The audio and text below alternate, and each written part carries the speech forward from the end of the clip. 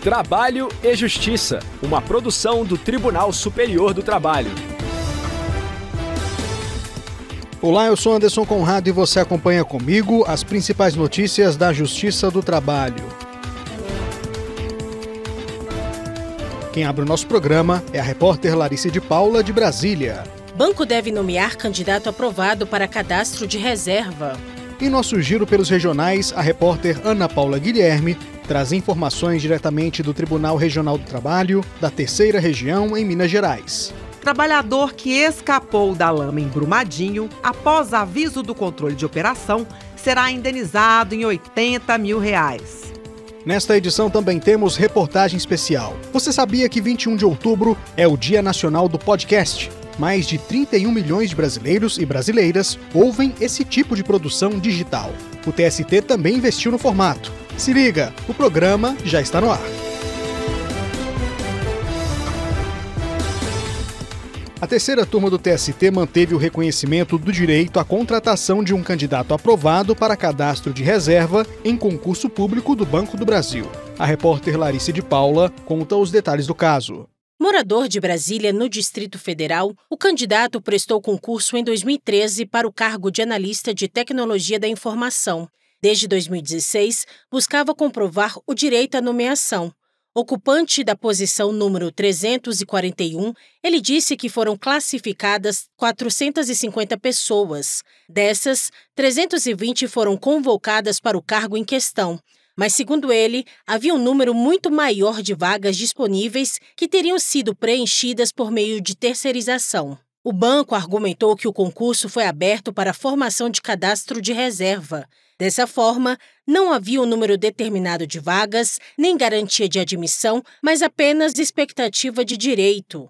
A instituição financeira afirmou que contratou o número de aprovados que tinha condição de absorver durante todo o prazo de validade do concurso, encerrado em maio de 2016. Por fim, sustentou que as contratações temporárias ocorreram antes do lançamento do edital. O Tribunal Regional do Trabalho da 10ª Região, que abrange o Distrito Federal e o Tocantins, considerou que o banco preteriu concursados na contratação.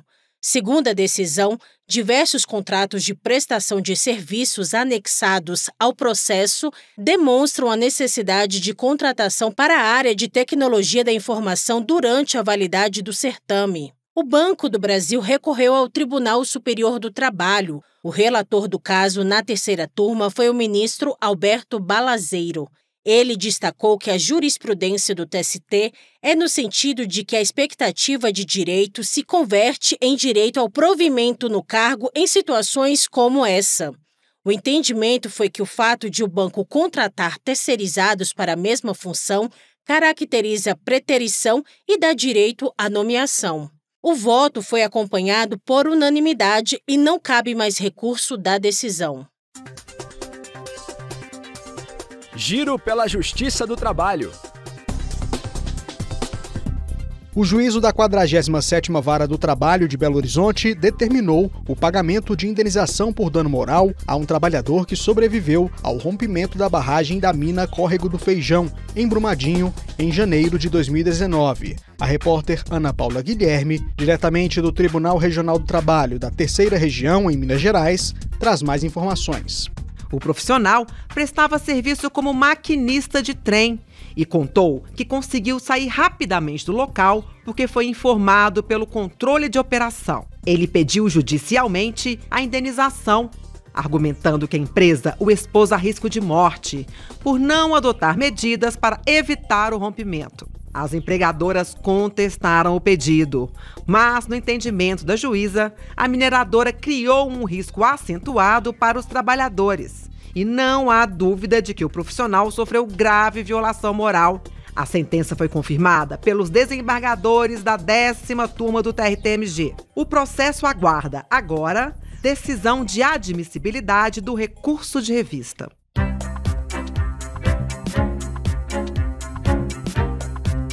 Reportagem especial. Podcast, um fenômeno sonoro que vem crescendo no Brasil e no mundo. Esse tipo de mídia se tornou uma importante forma de comunicação, acessível, prática e com conteúdos diversos. Por isso, o Tribunal Superior do Trabalho também investiu no formato. Vamos saber mais na reportagem de Larissa Batista. Cozinhando durante aquela viagem demorada de avião, ou até em um engarrafamento. Não importa o cenário, é possível estar acompanhado de um bom conteúdo para passar o tempo com o auxílio de um podcast. É exatamente isso que acontece na rotina da jornalista Mariana Xavier. Eu sinto que eu nunca estou sozinha. Sempre que eu posso, eu boto um podcast. Acho que eles são boas companhias e aliados nessa correria diária da gente. E eu ouço sempre quando eu tô ou lavando louça, ou me arrumando para sair pro trabalho, ou no carro. Eu sempre acordo de manhã, eu coloco algum podcast de notícia, para eu já saber as principais notícias do dia, as novidades, o que eu preciso estar atenta. Logo em seguida, eu também gosto de ouvir algum podcast que fale sobre psicologia, alguns podcasts também que façam reflexões sobre a vida, que contem casos. A editora Priscila Rossiter também é adepta aos podcasts. A relação com esse tipo de mídia começou em 2020, durante a pandemia de Covid-19. Anos depois, os episódios passaram a ser ouvidos com mais frequência.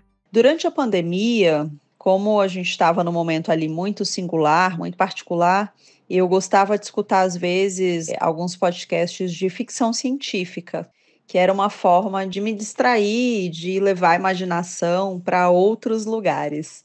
Depois da pandemia, eu realmente foquei mais nesses episódios, nesses podcasts ligados à psicanálise, à psicologia. É interessante porque eu paro realmente para escutar, né? Eu gosto de me concentrar. Sento no meu sofá. Nessa onda que não tem relação com a sintonia AM e FM do rádio, o conteúdo digital ganhou até data comemorativa.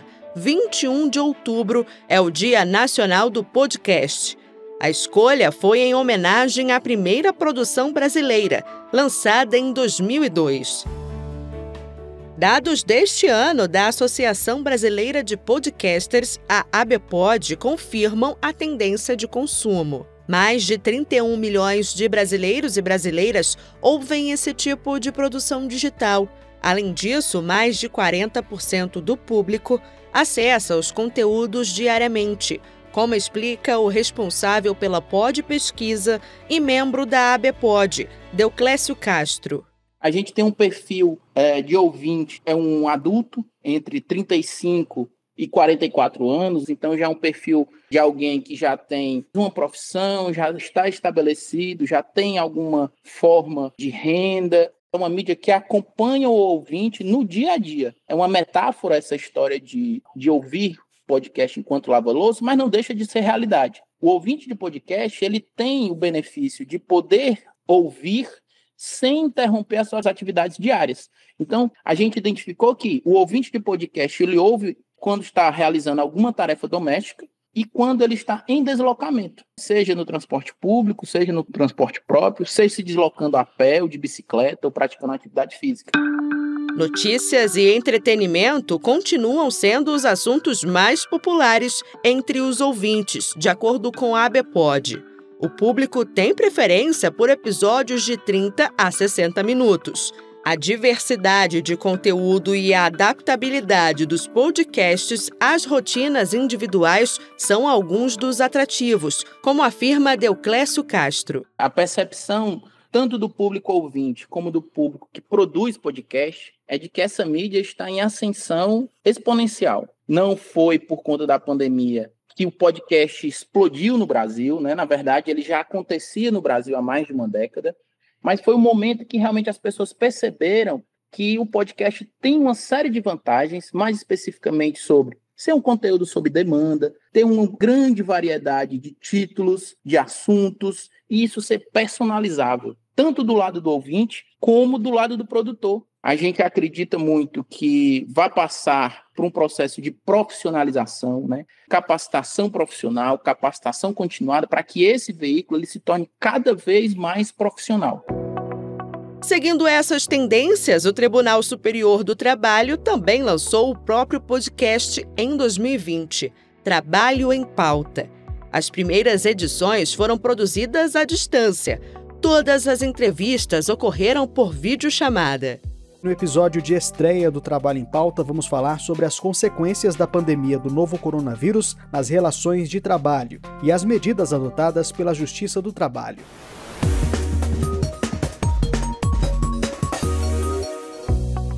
Até o momento, 40 episódios estão disponíveis nas plataformas digitais. Da ficção científica para a nossa realidade. A revolução do admirável mundo novo do metaverso está em pleno curso e o caminho entre o real e o virtual está cada vez mais estreito. Enquanto você ouve esse podcast, estima-se que cerca de 50 milhões de trabalhadores estejam em situação análoga de escravo no mundo, segundo as mais recentes estimativas sobre escravidão moderna. E se um desses trabalhadores estiver na casa ao lado? O futuro desses profissionais está ameaçado? Quais são os atuais desafios para regulamentar o uso da IA? Podcast Trabalho em Pauta é uma produção da Coordenadoria de Rádio e TV vinculada à Secretaria de Comunicação Social do TST. Os episódios, divididos por temporadas, abordam temas atuais e relevantes relacionados ao mundo do trabalho. O objetivo é informar de forma simples e atrativa, como ressalta o coordenador de Rádio e TV do TST, Rodrigo Tugnoli. A minha percepção foi justamente unindo o útil ao agradável, né? Foi uma necessidade que a pandemia impôs a todas as empresas praticamente do mundo todo de se adaptar a uma situação em que nós não poderíamos mais estar juntos. Ao mesmo tempo, é uma tentativa e uma estratégia para a gente aqui da CRTV de tratar dos temas de uma forma mais densa. E o podcast, com essa roupagem que foi sendo muito bem explorada desde então por várias empresas, por influenciadores, jornalistas e vários profissionais da comunicação, o podcast nos ofereceu essa possibilidade realmente de abordar os assuntos de uma forma mais profunda, uma forma mais densa, ouvindo mais especialistas. Com o aumento da popularidade dos podcasts no Brasil, iniciativas como as do TST representam um passo importante para a inclusão e a educação da sociedade. Os episódios do podcast Trabalho em Pauta estão disponíveis nas principais plataformas de áudio. O conteúdo também pode ser acessado em tst.jus.br.